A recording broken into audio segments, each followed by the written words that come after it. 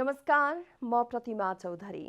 नमस्कार, म कावेरी पौडेल। राति 8 बजेको जनता समाचारमा स्वागत छ। सबैभन्दा पहिले प्रमुख समाचार। अविरल वर्षाका कारण शनिबारसम्म 38 जनाको मृत्यु, 47 जना घाइते, 31 जनाको अवस्था अज्ञात। साउन 25 गते विधान अधिवेशन गर्ने नेकपा एमालेको निर्णय। भदौ 5 गते वडा र 15 गते नगर तथा गाउँपालिकाहरूको अधिवेशन गर्न प्रस्ताव। 14औं महाधिवेशन नजिकिएसँगै काङ्ग्रेसमा क्रियाशील सदस्यता छानबिन समितिलाई दबाव। असार मसान्तभित्र काम सक्ने समितिको तयारी। पश्चिमी क्यानाडामा उच्च गर्मीसँगै चट्याङ पर्दा 130 भन्दा बढी स्थानमा ड्रढेलो, नियन्त्रणको प्रयास जारी। र एनआरटीद्वारा शहीद स्मारक ए डिभिजन लिगका लागि 2 विदेशी खेलाडी अनुबन्ध। प्रशिक्षकमा राजु काजी साक्यलाई नै निरन्तरता।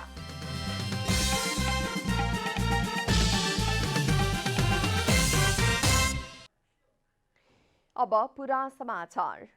गृह मन्त्रालय अन्तर्गतको राष्ट्रिय आपतकालीन कार्य सञ्चालन केन्द्रले यस वर्षको बाढी तथा पहिरोमा परेर 38 जनाको मृत्यु भएको जनाएको छ। केन्द्रका प्रमुख दिल तामाङले यस वर्ष बाढी तथा पहिरोका कारण 38 जनाले ज्यान गुमाएको र 31 जना अझै हराइरहेको जानकारी दिनुभएको छ। वहाँका अनुसार बाढी पहिरोमा परि 47 जना घाइते भएका छन्। शनिबार मात्रै गोर्खामा 2 र धादिङमा 2 गरेर 4 जना पहिरोका कारण मृत्यु भएको छ। अहिलेसम्म 202 वटा विपदको घटनाहरू रिपोर्टिङ भएको वहाँले जानकारी दिनुभयो। यस वर्षको मनसुनजन्य विपदका घटनाहरू खास गरी जेठ 31 गतेदेखि आजसम्ममा चाहिँ 38 जनाको मृत्यु भइसकेको छ। त्यसै गरी 31 जना हालसम्म बेपत्ता हुनुहुन्छ, 47 जना घाइते हुनुभएको छ। आज मात्रै पनि गोर्खामा 2 र धादिङमा 2 गरेर 4 जना पहिरोका कारण मृत्यु भएको चाहिँ रिपोर्टिङ छ हामीलाई। अब घटना सङ्ख्याको हिसाबले भन्नुपर्दाखेरि अहिलेसम्म 202 वटा विपदका घटनाहरू हामीलाई रिपोर्टिङ भएको छ। मनसुन सुरु भए लगत्तै अवरुद्ध बनेका मनाङ जाने बाटो, बाजुरा जाने बाटो र सिन्धुपाल्चोकको तातोपानी नाका जाने बाटो लामो समयदेखि अवरुद्ध छ। साना साना पहिरो र बाढीका कारण अवरुद्ध भएका सडक तत्काल सञ्चालनका लागि पहल गरिएको र सञ्चालन भए पनि केही स्थानको बाटोहरू लामो समयदेखि अवरुद्ध रहेको प्रमुख तामाङले बताउनुभयो। मनसुनजन्य विपदका घटना खास गरी पहिरोका कारण चाहिँ दर्जनौं स्थानमा सडकहरू अवरुद्ध रहेका छन्। विगत लामो समयदेखि चाहिँ यो मनाङ जाने बाटो अवरुद्ध छ। त्यसै गरी बाजुराको बाटो अवरुद्ध छ, बाजुरा जाने राजमार्ग अवरुद्ध छ। त्यसै गरी सिन्धुपाल्चोकको हाम्रो तातोपानी चाहिँ नाका जाने बाटो अवरुद्ध छ। यो वर्षको मनसुन जन्य क्षति सुरुवातमा नै निकै भयावह बनेर आएको र यसको प्रतिकार्यमा जुटिरहेको तामाङले बताउनुभयो। केही दिनदेखि परेको अविरल वर्षाका कारण सप्तरी जिल्लाका विभिन्न स्थान डुबानमा परेको छ। थप जानकारी दिनका लागि सप्तरीका प्रमुख जिल्ला अधिकारी जयनारायण आचार्य हाम्रो सम्पर्कमा हुनुहुन्छ। नमस्कार सिडियो साहब। नमस्कार। लगातारको यो जुन मनसुन अहिले सक्रिय रहँदाखेरि लगातारको वर्षाका कारण सप्तरी जिल्लाका पनि विभिन्न स्थानहरू डुबानमा परेको छ र सप्तरीका खास गरेर जति पनि नदीहरू रहेका छन् र खतराको सूचीमा रहेका जति पनि नदी छेउछाउका बासिन्दाहरू छन्, कुन कुन एरियाहरू रहेको छ सोको जानकारी गराइदिनुस् न। सप्तरीमा विशेष गरी अब हामीसँग 7-8 वटा जति ठुला नदीहरू छन् जो सधैँभरि हाम्रो बाढीको जोखिममा छन्। जोखिम बस्ती त्यसको आसपास भएको बस्ती जोखिममा हुन्छ। मूलत यो बेहुली, बेलान भन्ने छ। त्यसपछि यतापट्टि हाम्रो खाडो नदी छ, खडक नदी छ, त्यसै गरी माहुली नदी, अनि त्रियुगा र सप्तकोशी जुन कोशी नदी छ। यी र यसको आसपास हुने बस्तीहरू बाढीको जोखिममा पर्ने सम्भावना सधैँ रहन्छ। विगत 3 दिनदेखिको वर्षाले यहाँ पनि त्यो बेसिनमा भएको बस्तीहरूलाई केही असर पारेको अवस्था छ। तथापि अहिले त्यो अवस्था सामान्य भइसकेको छ। केही ठाउँमा पानी जमेको थियो, त्यो पानी जम्ने बाटोलाई हामीले निकास बनाइसकेर जनजीवन अहिले सामान्य अवस्थामा छ र कोशीको को कारणले कोशीको बेसिनमा केही पानी पसेको थियो, अहिले त्यो पनि नर्मल भइसकेको अवस्था छ। र कोसीको बहाव बिहान अत्यन्तै धेरै थियो। 2,32,000 क्युसेक थियो, अहिले घटिसकेको अवस्था छ। अहिले 1,89,000 जति पुगेको छ। त्यसो हुँदा समग्रमा बाढीबाट सप्तरी जिल्ला अहिलेसम्म सुरक्षित छ। मानवीय क्षति केही पनि भएको अवस्था छैन। थप क्षति नहोस् र जोखिमबाट बचाउनका लागि यहाँले के पूर्व तयारी गर्नुभएको छ? हामीले हाम्रो सबै खालको सुरक्षा फौजहरू जो तालिम प्राप्त छ स्ट्यान्ड बाई राखेका छौँ। आवश्यकता अनुसार परिचालन पनि गरेका छौँ। बिहान मात्रै महेन्द्र राजमार्गको यो माहुली नदीमा केही कटान, त्यो पुल्नेर केही कटान हुने सम्भावना थियो। हामी तुरन्तै परिचालन गरेर त्यहाँ बाँध बाँधेर त्यो सुरक्षित बनाइसकेको अवस्था छ। हामी समग्रमा तयारी हालतमा छौँ पत्ती कार्यको लागि। र हाम्रो विशेष गरी यो सप्तकोशीको बिचमा कोशी नदीको ब्यारेजभन्दा अलिक तल हाम्रो एउटा हनुमाननगर र कङ्कालिङ नगरपालिकाको एउटा वडा छ, 13 नम्बर वडा। त्यो वडा चाहिँ अलिक जोखिममा पर्ने भएको कारणले त्यहाँ चाहिँ हामीले बारम्बार सम्पर्कमा छौँ। अहिले त्यस्तो अवस्था त छैन, तथापि त्यो कोशीको भङ्गालमा पर्ने भएको कारणले केही जोखिम भइहाल्छ कि भन्ने अवस्थामा हामी सधैँ सचेत छौँ। र अरू किसिमले पत्ती कार्यको लागि हामीले सबै खालका तयारी गरेका छौँ। हामीले मोटर बोटहरू लगायतका रसीहरू सबै रेडी बनाएका छौँ। हामी जुनसुकै हालतमा पनि नागरिकको सुरक्षा र उद्धार गर्छौँ।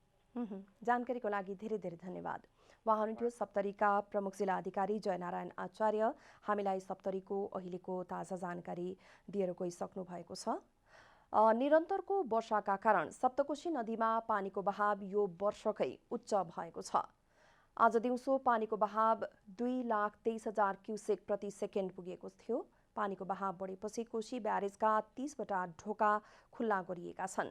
यसैबारे जानकारी दिनका लागि सुनसरीका सहायक प्रमुख जिल्ला अधिकारी महेश प्रसाद पोखरेल हाम्रो सम्पर्कमा हुनुहुन्छ।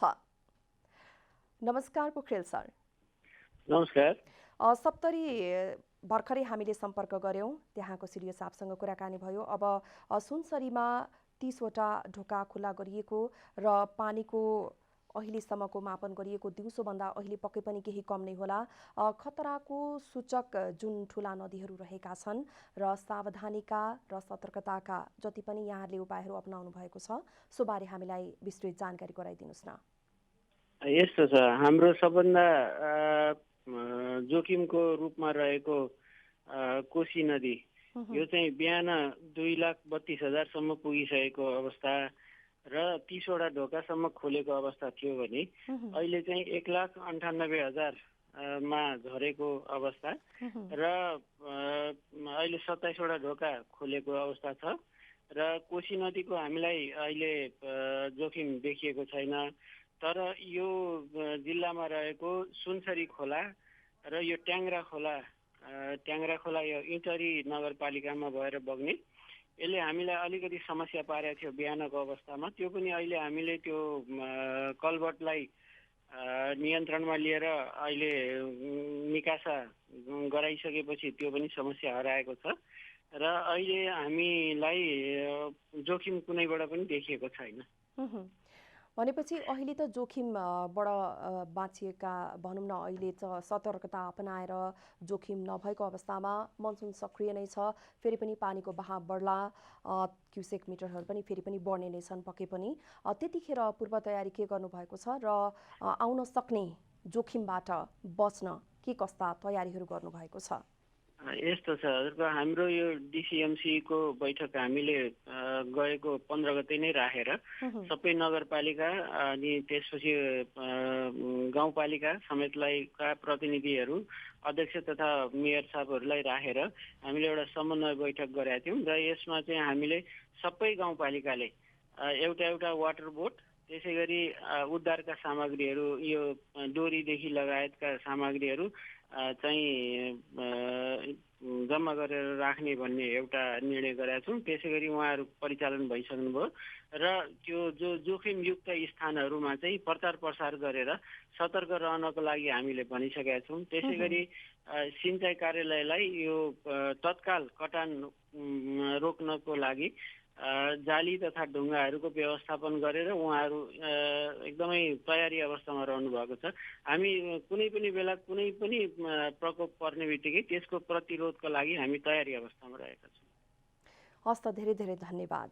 उहाँ हुनुहुन्थ्यो सुनसरीका सहायक प्रमुख जिल्ला अधिकारी महेश प्रसाद पोखरेल हामीलाई जानकारी गराएर गइसक्नु भएको छ। अब हामी लाग्छौँ धनुषा जिल्लातिर। अविरल वर्षासँगै आएको बाढीका कारण धनुषा जिल्लाका विभिन्न क्षेत्रहरू डुबानमा परेको छ, तर मानवीय क्षति भने नभएको खबर प्राप्त छ र यसैबारे थप जानकारी दिनका लागि धनुषाका प्रमुख जिल्ला अधिकारी बन्धस प्रसाद बास्तोला हाम्रो सम्पर्कमा हुनुहुन्छ। नमस्कार सर।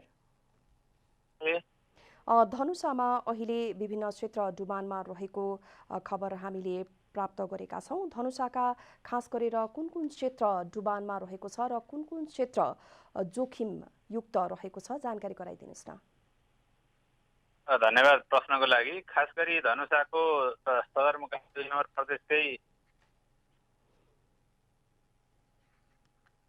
प्रदेशकै राजधानी पनि हो जनकपुर। जनकपुरकै सहरकै धेरै ठाउँहरू जलमग्न छन् अहिले र लगातार 3 दिनदेखिको वर्षाले सहरका केही वडाहरू र सरकारी कार्यालयहरू समेत चाहिँ जलमग्न भएको अवस्था छ र आज दिउँसोबाट चाहिँ पानी केही रोकिएको छ भने यो खास गरी जनकनन्दिनी, कमला र मुसहरपट्टी गाउँपालिका जुन एकदमै तल्लो यो भारतीय सीमा नाकामा छन्, त्यहाँ पनि पानीको ले चाहिँ डुबानमा केही प्रभाव पारेको छ, तर अहिलेसम्म हाम्रो मानवीय क्षति भने भएको छैन।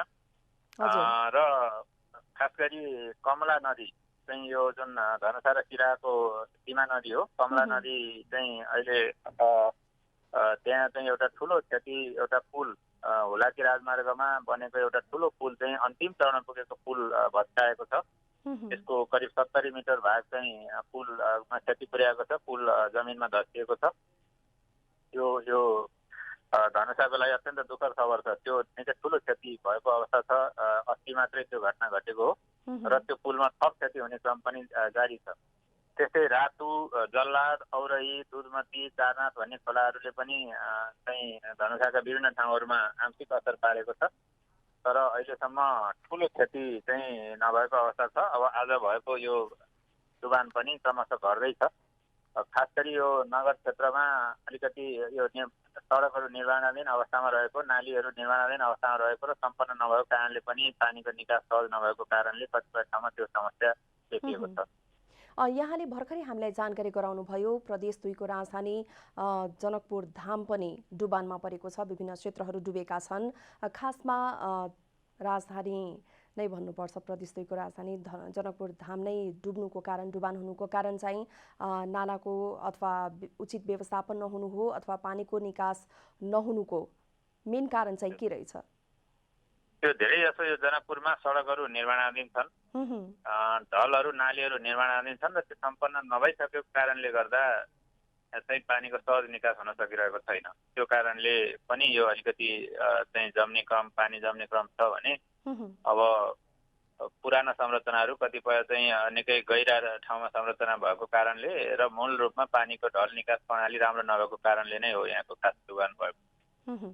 पानी निकासको केही अहिलेको लागि, तत्कालका लागि केही निकासका उपायहरू अपनाइएका छन् अथवा के गरिँदैछ? होइन, अहिले जस्तो हामीले आजै नगरपालिकाले पनि गाउँ नालीहरू खोलिरहेको छ। सम्बन्धित आयोजनाहरूले, सडकका आयोजनाहरूलाई पनि हामीले समन्वय गरेका छौँ र उहाँहरूले पनि आज सरसफाइका कामहरू, नाली सरसफाइ गर्ने कामहरू र पानीका निकासहरू खोल्ने कामहरू गरिरहनु भएको छ र त्यही कारणले पनि आज अहिले बेलुकासम्म धेरै नै सुधार पनि भइसकेको अवस्था छ। हस्त जानकारीको लागि धेरै धेरै धन्यवाद।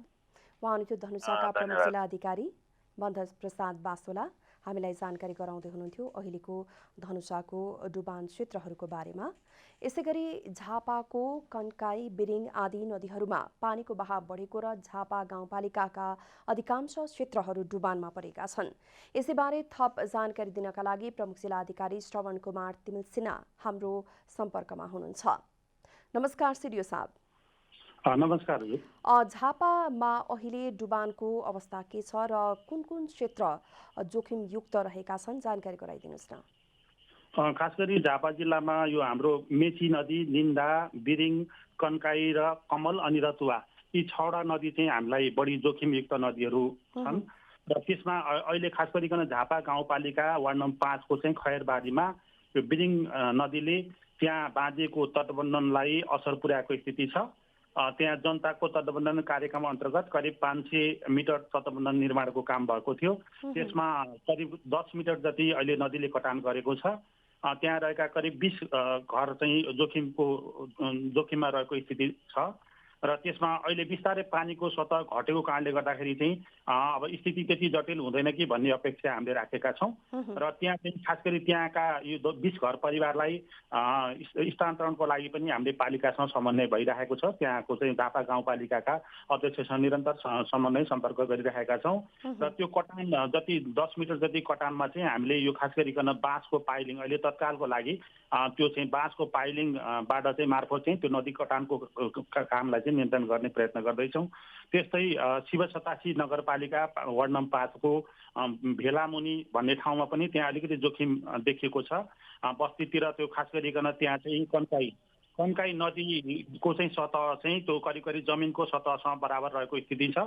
अब अहिले अलिकति पानीको सतह घटेको कारणले गर्दाखेरि चाहिँ त्यहाँ चाहिँ अब त्यति जोखिम तत्कालै आइहाल्दैन कि भन्ने अपेक्षा हामीले राखेका छौँ। त्यहाँ करिब करिब 48वटा घर परिवारहरू त्यहाँ रहनुहुन्छ। त्यो कारणले गर्दाखेरि त्यहाँ पनि हामीले खास गरिकन पालिकाको चाहिँ प्रमुखसँग समन्वय गरिराखेको स्थिति छ। जनताको तटबन्धन कार्यक्रम अन्तर्गत हामीलाई चाहिँ खास गरिकन यो विपदको बेलामा तत्काल उद्धारको लागि तत्काल मर्मत सुधारको लागि चाहिँ यो कन्टिन्जेन्सीमा केही रकमहरू हुने स्थिति थियो। यसपालि त्यो पैसा नभएको कारणले गर्दाखेरि अलिकति समस्या परेको छ। तथापि हामीले सम्बन्धित पालिकासँग समन्वय गरेर आवश्यक पर्यो भने सुरक्षाकर्मीको परिचालन गरेर पनि त्यहाँ चाहिँ मर्मतको कामहरू चाहिँ हामी गर्ने। यहाँले भर्खरै जानकारी दिनुभयो पैसाको कमीले अथवा भनौँ बजेटको कमीले, तर यो त हरेक वर्ष नै बाढी पहिरो जाने, अब यो मनसुन सक्रिय हुने यो त निरन्तरकै एउटा प्राकृतिक प्रक्रिया नै हो, तर पनि किन कमजोरी भएको हो त?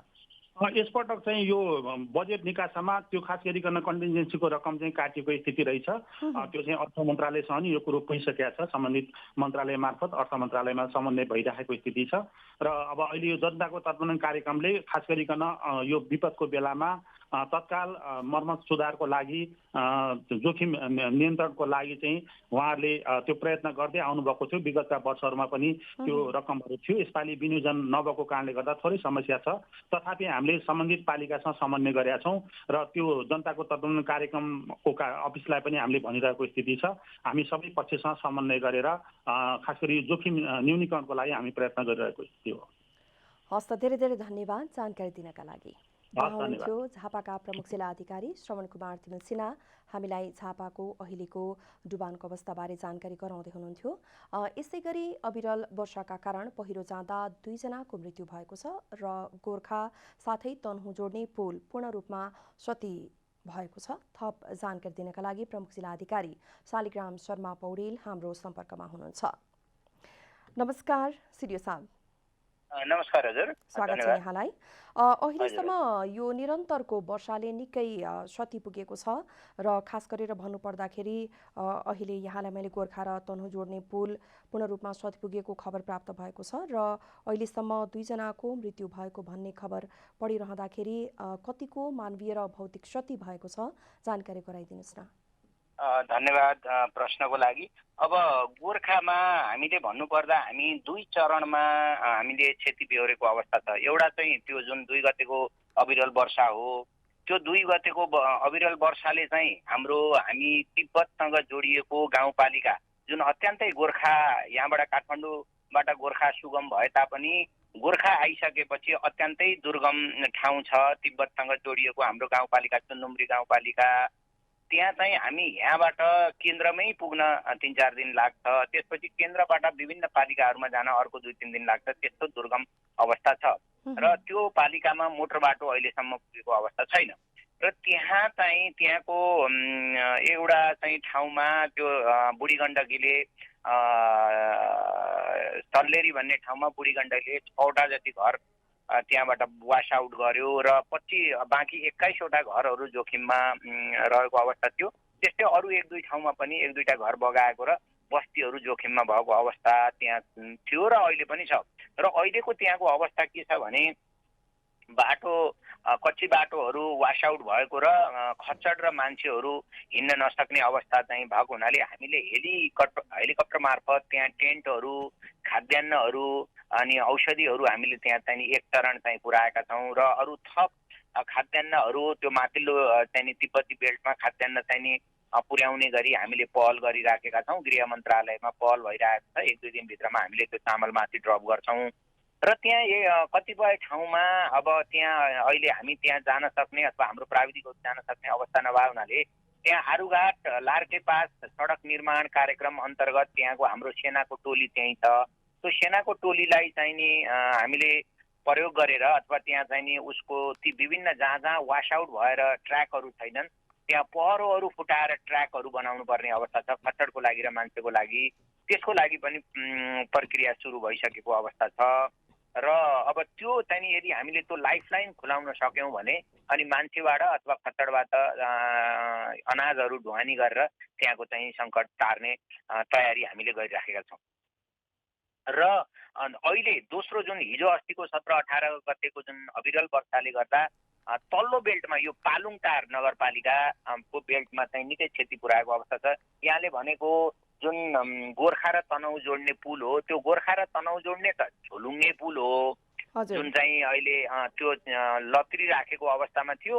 त्यसमा माथिबाट आएर रुख बिरुवाहरू अथवा गेगरहरू खसेर ताल परेर अझ उच्च जोखिम हुन सक्छ भन्ने ठानेर हामीले प्राविधिकहरूको राय लिएर तनहुँपट्टिको लट्ठाहरू काटेर हामीले त्यसलाई चाहिँ नदीमा त्यसलाई छोडिदिएको अवस्था छ। अहिले त जोखिम कम भएको छ। त्यो चाहिँ त्यसले हाम्रो गोर्खाको 14 नम्बर वडा र तनहुँलाई जोड्छ र गोर्खाको 14 नम्बर वडाका बासिन्दाहरू त्यही पुलबाट आवत जावत गर्ने आफ्नो चाहिँ तरकारीहरू दुधहरू यो वारी ल्याएर बेच्ने त्यो मार्ग पैदल मार्ग थियो। अब अर्को वैकल्पिक मार्ग पनि छ त्यो प्रयोग गरेर वारी आउनुपर्ने हुन्छ। तर त्योभन्दा बढी पालुङटार नगरपालिकामा क्षति पुगेको अवस्था छ। 17 गतेको पानीले एउटा खरखर खोला भन्ने खोलामा दुईतिरबाट भङ्गालो फाटेर बिचमा भएका घरहरूमा मान्छेहरू बचाउ भन्ने अवस्था बचाउनु पर्ने अवस्था थियो र त्यहाँ हामीले हाम्रो नेपाली सेना त्यसपछि प्रहरी गएर अब हेलिकप्टर मार्फत उद्धार गर्नुपर्ने अवस्था आइसकेको थियो। मौसमको खराबीले कारणले हेलिकप्टर आउन सकेन। तर लकिली पानी अलिकति पानी घटेपछि हाम्रो सेना र प्रहरीले त्यहाँनिर कम्मरमा डोरी बाँधेर पारी गएर उहाँहरूलाई सबै 8 जनालाई सकुशल उद्धार गरेको र त्यहाँको पशु भैँसी गाई बाख्रा र पनि सबै उद्धार गरिसकेको अवस्था छ। त्यसरी चाहिँ नि त्यहाँ त्यो पालुङटारमा कसैको पनि जन क्षति भएको अवस्था होइन।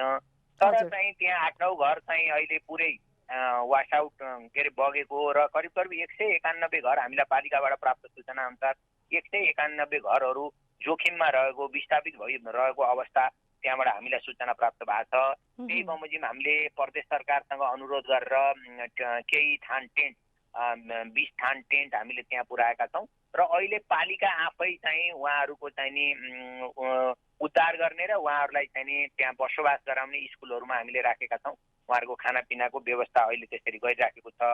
र यहाँले बरु चाहिँ अर्को एउटा पारपाक जाने पक्की पुल जुन हाम्रो एउटा पालिकाबाट अर्को पालिकामा जाने पक्की पुल हो त्यो पक्की पुलको पिल्लर भन्दा दायाँपट्टिबाट खोलो पसेर अहिले सडक र पुलसँग कनेक्सन टुटेको छ र यहाँ जुन हाम्रो सडक कार्यालयको चाहिँ हिसाब छ उहाँहरूलाई हामीले अनुरोध गरेका छौँ। उहाँले 2-3 दिनभित्रमा हामीले त्यसमा फिलिङ गरेर ढुङ्गा जाली हालेर अनि बाटो सुचारू गर्ने भनेर उहाँले भन्नुभएको चाहिँ अवस्था छ।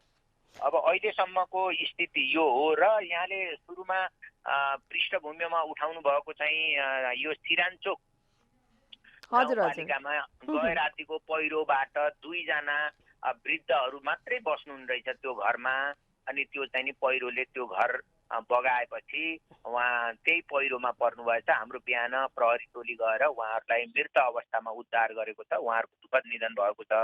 त्यस्तै आरुघाट गाउँपालिकामा खोलो तर्ने क्रममा एकजना पुरुषलाई खोलोले बगाएर उहाँलाई अलि तल आएपछि हाम्रो प्रहरीले उद्धार गरेर आरुघाट हस्पिटलमा उपचार गर्ने क्रममा निजको पनि मृत्यु भएको छ। यसले गर्दा अहिले यो हिजो र यो 17 र 18 को वर्षमा अघिल्लोमा कुनै पनि मानवीय क्षति भएको थिएन भने पछिल्लो अवस्थामा चाहिँ 30 जनाको मानवीय क्षति भएको अवस्था छ गोर्खामा। हस्त धेरै धेरै धन्यवाद जानकारीका लागि। उहाँ हुन्थ्यो गोर्खाका प्रमुख जिल्ला अधिकारी शालिग्राम शर्मा पौडेल। हामीलाई गोर्खाको अहिलेको जानकारी गराउँदै हुनुहुन्थ्यो। नेकपा एमालेको विधान महाधिवेशन साउन 25 गते गर्ने प्रस्ताव केन्द्रीय समितिमा पेश भएको छ। शनिबार बसेको केन्द्रीय समितिको बैठकमा महासचिव ईश्वर पोखरेलले सांगठनिक प्रतिवेदन पेश गर्दै सबै जिल्लाबाट साउन 5 भित्र सदस्यता विवरण पठाउने र साउन 25 गते विधान महाधिवेशन गर्ने प्रस्ताव गर्नुभएको हो। यस्तै भदौ 5 गते वडा अधिवेशन र 15 गते नगरपालिका र गाउँपालिकाहरूको अधिवेशन गर्न प्रस्ताव गरिएको छ। विधान महाधिवेशनका लागि मुख्य नेताहरूलाई विभिन्न जिम्मेवारी दिइएको छ। बैठकमा प्रतिनिधि सभाको चुनाव र एमालेको महाधिवेशन जुट्ने अवस्थामा महाधिवेशनलाई आउँदो वैशाखसम्म सार्न सकिने प्रस्ताव पनि पेश भएको छ। विपक्षी मोर्चामा सामेल भएका शेरबहादुर देउवालाई प्रधानमन्त्री बन्नका निम्ति पार्टी विधान पद्धति विपरीत हस्ताक्षर गरी राष्ट्रपति कार्यालयमा पुगेका वा विघटनपछि सर्वोच्च अदालतको रिटमा हस्ताक्षर गर्न पुगेका व्यक्तिहरूलाई फैसला हुनु अघिसम्म अर्थात् सर्वोच्च अदालतले त्यस सम्बन्धमा परेका रिटहरू उप फैसला गर्नु अघिसम्म सच्चिनका लागि समय दिएको छ। हिजोको केन्द्रीय कमिटीको बैठकबाट पारित प्रस्तावमा पनि सोमबार साँझसम्मको समयावधि तोकिएको छ। त्यतिन्जेलसम्म उहाँहरू सच्चिनेहरू सच्चिसक्नुपर्छ भन्ने कुरामा पार्टी अध्यक्ष कमरेडले जोड दिनुभएको छ। शुक्रबारको बैठकमा सहभागी नभएको माधव नेपाल पक्ष शनिबारको बैठकमा पनि उपस्थित भएन। काङ्ग्रेस सभापति शेरबहादुर देउवाको पक्षमा गरेको हस्ताक्षर सोमबार साँझभित्र फिर्ता लिन अध्यक्ष ओलीले निर्देशन दिए पनि नेता नेपाल पक्षले भने माग पूरा नभएसम्म हस्ताक्षर फिर्ता नलिने र बैठकमा नजाने अडान लिएको छ। नेता नेपालले शनिबार विघटित संसदका सांसदहरूसँग सल्लाह पनि गर्नुभएको छ। एमालेलाई जेठ 2 मा जस्ताको तस्तै फर्काएर बैठक बोलाउनु पर्ने नेपाल पक्षको माग रहेको छ। जनता समाचारमा अब छोटो विश्राम।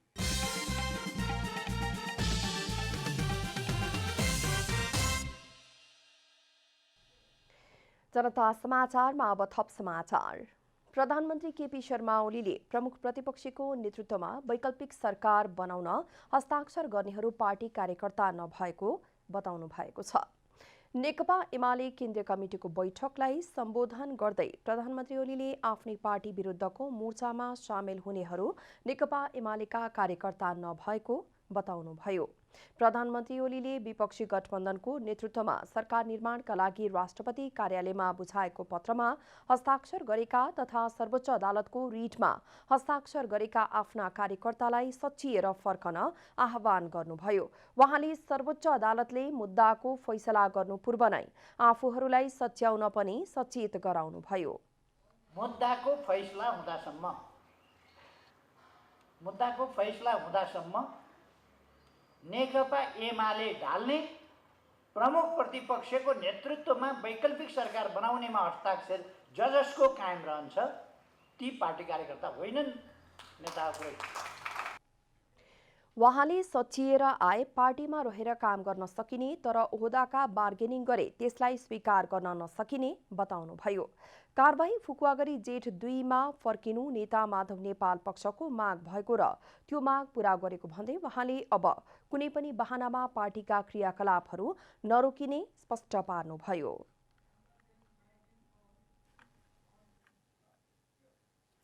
नेपाली काङ्ग्रेसको क्रियाशील सदस्यता छानबिन समितिले असार मसान्तभित्र सम्पूर्ण काम सम्पन्न गर्ने गरी काममा तीव्रता दिएको छ। काङ्ग्रेसको क्रियाशील सदस्य करिब 9 लाख पुग्ने अनुमान गरिएको छ। काङ्ग्रेसको 14औं महाधिवेशनको मिति नजिकिएसँगै क्रियाशील सदस्य छानबिन समितिलाई समयमै काम सम्पन्न गर्ने दबाव बढेको छ। देशैभरिका स्थानीय पालिकाको वडाबाट सिफारिस हुने क्रियाशील सदस्यमा उजुरी परेपछि छानबिन समितिलाई टुङ्गो लगाउन समस्या परेको थियो। पुराना सदस्यहरूको क्रियाशील सदस्यको नवीकरणमा समस्या नभए पनि नयाँ सदस्य र विभिन्न पार्टीहरू एकीकरण भई समायोजनामा आएकाहरूमा विवाद देखिएको छ। क्रियाशील सदस्यको सूची प्रमाणित गरेर वडा, गाउँपालिका, नगरपालिका, प्रदेशसभा क्षेत्र, प्रतिनिधि सभा क्षेत्र र जिल्ला कार्यसमिति हुँदै केन्द्रमा आउनुपर्ने व्यवस्था रहेको छ। छानबिन समितिका सदस्य एवं केन्द्रीय सदस्य श्याम प्रसाद घिमिरेले प्राप्त विवरणहरूलाई हेर्दा धेरै ठूलो समस्या नरहेको र तोकिएको समयमा छानबिन गरी विवरण सभापतिलाई बुझाउन सकिने बताउनुभयो। प्राविधिक कामको चापलाई खटाउने काम गर्दै काम भइरहेको पनि उहाँले बताउनुभयो।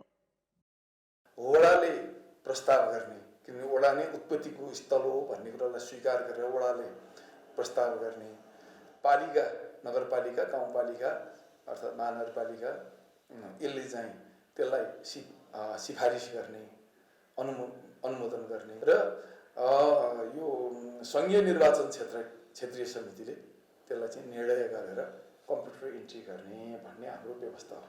काङ्ग्रेसको क्रियाशील सदस्य करिब 9 लाख पुग्ने अनुमान गरिएको छ। नेपाली काङ्ग्रेसको संगठनमा क्रियाशील सदस्यलाई सक्रिय कार्यकर्ता मानिन्छ।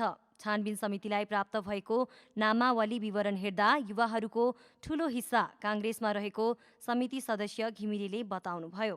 प्राप्त विवरणमा 30 देखि 40 वर्षको उमेर समूहका सबैभन्दा बढी 40% रहेको पाइएको छ। काङ्ग्रेसमा नेतृत्व विकास क्रमशः युवा पुस्तामा सर्दै गएको क्रियाशील सदस्यहरूको विवरणले देखाएको घिमिरेले बताउनुभयो।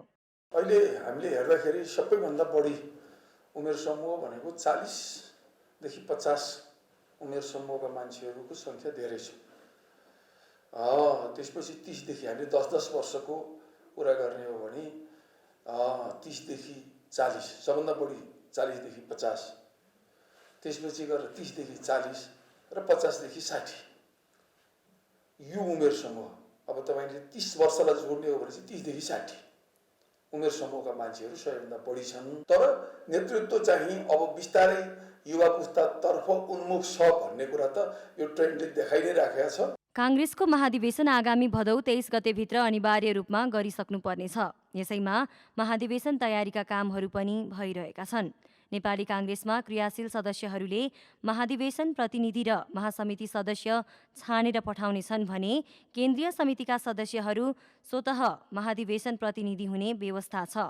काङ्ग्रेसको 14औं महाधिवेशन आगामी भदौ 16 देखि 19 गतेसम्म काठमाडौँमा हुनेछ। काङ्ग्रेसको 13औं महाधिवेशन 2072 फागुनमा काठमाडौँमा भएको थियो। अब आर्थिक समाचार।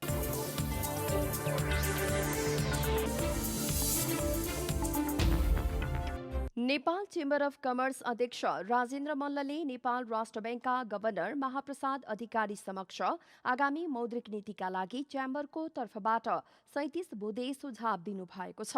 च्याम्बरले लामो निषेधाज्ञाले आय आर्जन गर्न नसकेका बहुसंख्यक नागरिकहरूको क्रय शक्तिमा कमी आएकाले पूर्ण रूपले विस्तारित मौद्रिक नीतिको आवश्यकता समेत औल्याएको छ। च्याम्बरले महामारी नियन्त्रणका लागि सरकारले चालेका कदमबाट नराम्रोसँग प्रभावित भएको अर्थतन्त्रको पुनरुत्थानमा मौद्रिक नीति केन्द्रित हुनुपर्ने माग गरेको छ। च्याम्बरले औपचारिक अर्थतन्त्रलाई वी शेपमा पुनरुत्थान गर्नका लागि सबै प्रकारका लघु, साना, मझौला, ठूला उद्योग एवं व्यवसाय, निर्यात व्यवसाय, महिला उद्यमशीलता तथा कृषि क्षेत्रका लागि 3% ब्याज दरमा पुनर्कर्जाको व्यवस्था गर्न माग गरेको छ।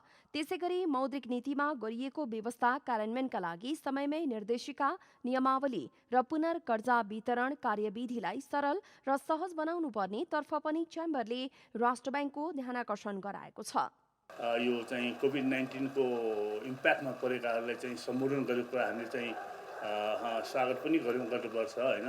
र चाहिँ कतिपय कुरा चाहिँ यो वर्षमा निरन्तरता दिँदाखेरि विगत वर्षमा भएका कमी कमजोरीलाई सच्याइनु पर्दछ। जस्तो विगत वर्षमा जस्तो चाहिँ मौद्रिक नीति आयो, तपाईको चाहिँ त्यो भनौँ न एउटा नियमावली बन्न, निर्देशिका बन्न नै 5-6 महिना लाग्यो कि त्यो भएकोले अलिक ढिलो भयो भन्दाखेरि जुन सानो चाहिँ काम गरेर चाहिँ गुजारा गर्ने व्यक्तित्वहरूले त्यसको सहुलियतबाट चाहिँ वञ्चित हुनु पर्यो।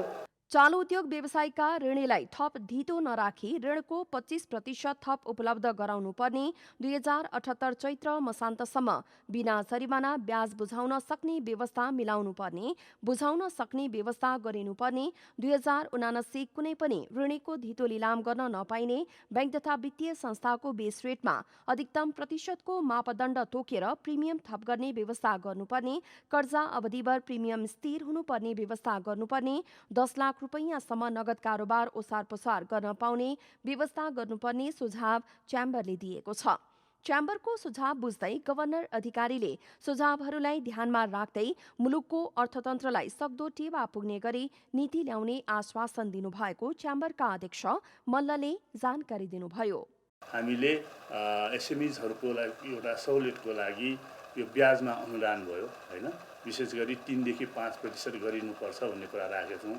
त्यस्तै चाहिँ जुन अब कतिपयले लिएका विगतमा लिएको चाहिँ ऋण छ त्यसलाई चाहिँ एउटा चाहिँ पुनर्तालिकीकरण हैन, एउटा चाहिँ ब्याजलाई पनि एउटा पोस्टपोन गरेर कमसेकम यो आसार चाहिँ 2079 सम्म धकिल्नुपर्छ र यो कति लम्बिन्छ अझै पनि थाहा छैन हामीलाई हैन। र चाहिँ यसलाई चाहिँ 2-3 वर्ष एउटा ग्रेस पिरियड दिएर उद्योगलाई चाहिँ साना उद्योगलाई चाहिँ बढावा दिउँ भन्ने कुरा हामीले राखेका छौँ। त्यसैगरी लिमिटेड कम्पनीको हकमा पर्सनल ग्यारेन्टी लिने व्यवस्था खारेज गरी घर जग्गा व्यवसायका लागि कर्जा प्रवाह गर्दा धितो मूल्याङ्कनको कम्तीमा 70% कर्जा पाउने व्यवस्था गर्नुपर्ने सुझाव पनि च्याम्बरले दिएको छ। जनता समाचारमा अब छोटो विश्राम।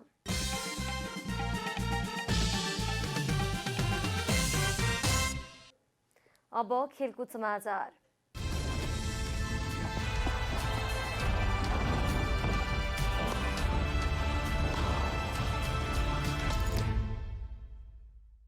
काठमाडौँको पुरानो फुटबल क्लब न्युरो टिम एनआरटीले असोज पहिलो साताबाट हुने शहीद स्मारक डिभिजन लिगका लागि 2 जना विदेशी खेलाडीलाई अनुबन्ध गरेको छ। एनआरटीले असोज 3 गतेबाट हुने फरक ढाँचाको लिगका लागि अनुबन्ध गरेको हो। क्लबले खेलाडीद्वय मासुके ओलुमो र स्टेफेन समेतलाई अनुबन्ध गरेको हो। क्लबले 2 विदेशी खेलाडीलाई 10 महिनाका लागि सम्झौता गरेको हो। सम्झौता भएसँगै खेलाडीद्वयले एनआरटीको जर्सीमा ए डिभिजन लिग खेल्नेछन्। दुवैले टोलीलाई उपाधि दिलाउनका लागि प्रयास गर्ने बताएका छन्।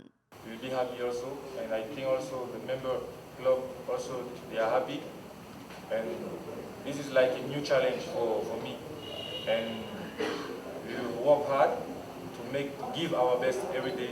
I'm so proud for playing for NIT. I'm so thankful also for what they did for us, for the welcome they have been for us. So we promised them to give our best during the league. So we are so much happy to represent NIT. नयाँ ढाँचाको league भनिएको A division league यो संस्करणको सुरुवातमा single राउन्डका खेल हुनेछन्। त्यसपछि दोस्रो राउन्डमा शीर्ष 8मा परेका टोलीले उपाधिका लागि पुनः लिग खेल्ने प्रावधान अखिल नेपाल फुटबल संघ एन्फाले बनाएको छ। अघिल्लो संस्करणमा पनि प्रशिक्षण दिएका राजु काजी शाक्यलाई क्लबले प्रशिक्षकको रूपमा निरन्तरता दिएको छ। प्रशिक्षक राजु काजी शाक्यले नयाँ विदेशी खेलाडीको अनुबन्धले टोलीमा हौसला थपिएको प्रतिक्रिया दिनुभयो। हेर्दै जाउँ भोलि एनआरटीमा अब 29 खेल चाहिँ खेल्दैन त्यो आफ्नो ठाउँमा छ, तर हामीलाई विश्वास छ त्यो राम्रो खेल्छ र यसपालिको शहीद स्मारक लिगमा चाहिँ हामीले लास्ट इयरको भन्दा पनि राम्रो चाहिँ पर्फर्मेन्स दिन्छौँ भन्ने चाहिँ मलाई विश्वास लागेको छ र म त्यो अनुसार मेहनत पनि गर्छु। एनआरटीले विक्रमसम्म 2017, 2019, 2035 र 2052 सालमा शहीद स्मारक डिभिजन लिगको उपाधि जितेको थियो। क्लबमा अहिले 12 जना पुरानै खेलाडी रहेको पनि क्लबले जनाएको छ। शहीद स्मारक डिभिजन लिगमा 3 विभागीय टोली सहित 14 क्लबले प्रतिस्पर्धा गर्दैछन्।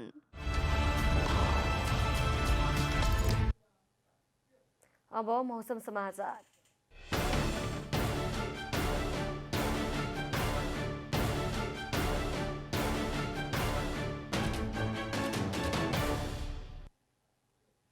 आज राति प्रदेश 1, प्रदेश 2, बागमती प्रदेश, लुम्बिनी प्रदेश र गण्डकी प्रदेशमा सामान्यदेखि पूर्ण बदली तथा कर्णाली प्रदेश, सुदूरपश्चिम प्रदेशमा आंशिकदेखि सामान्य बदली रहनेछ।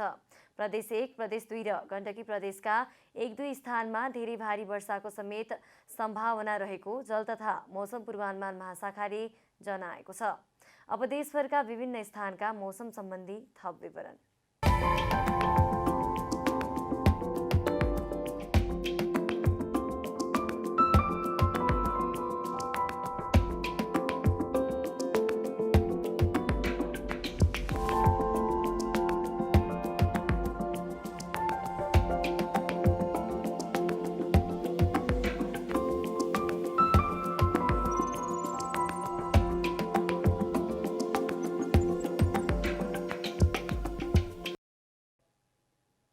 अन्त्यमा आजको डायरी।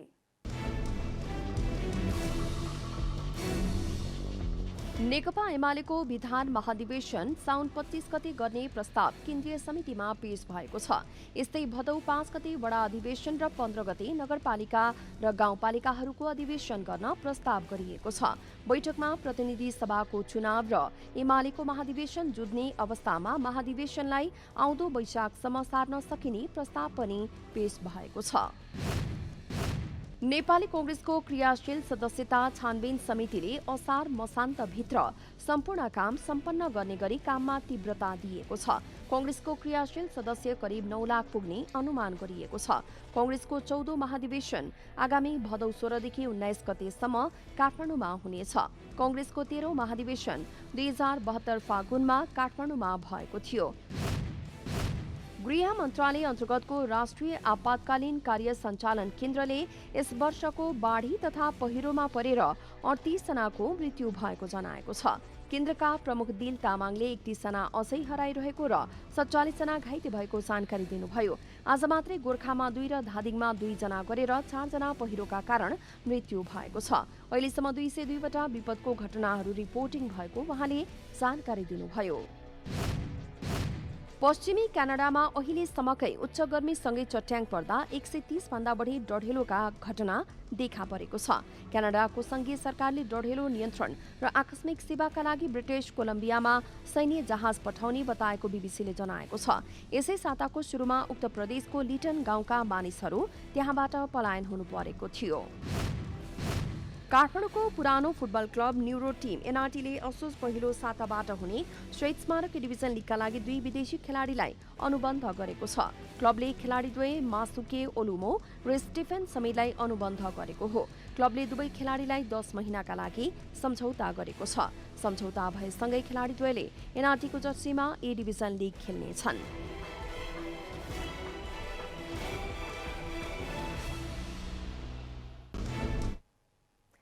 जनता समाचार हेलीलाई यति नै। जनताद्वारा जनताका लागि प्रसारित जनता टेलिभिजनका कार्यक्रमहरू युट्युब, ट्विटर, फेसबुक र हाम्रो वेबसाइट जनतासमाचार.com मा पनि पढ्न र हेर्न सक्नुहुनेछ। सूचनामा तपाईको सहभागिता, समयमा समाचार हाम्रो प्रतिबद्धता। कोरोना भाइरसको संक्रमणबाट बस्न नियमित रूपमा साबुन पानीले मिचिमिची हात धौं, अनिवार्य मास्कको प्रयोग गरौं, भिडभाडबाट टाढै रहौं। नमस्कार।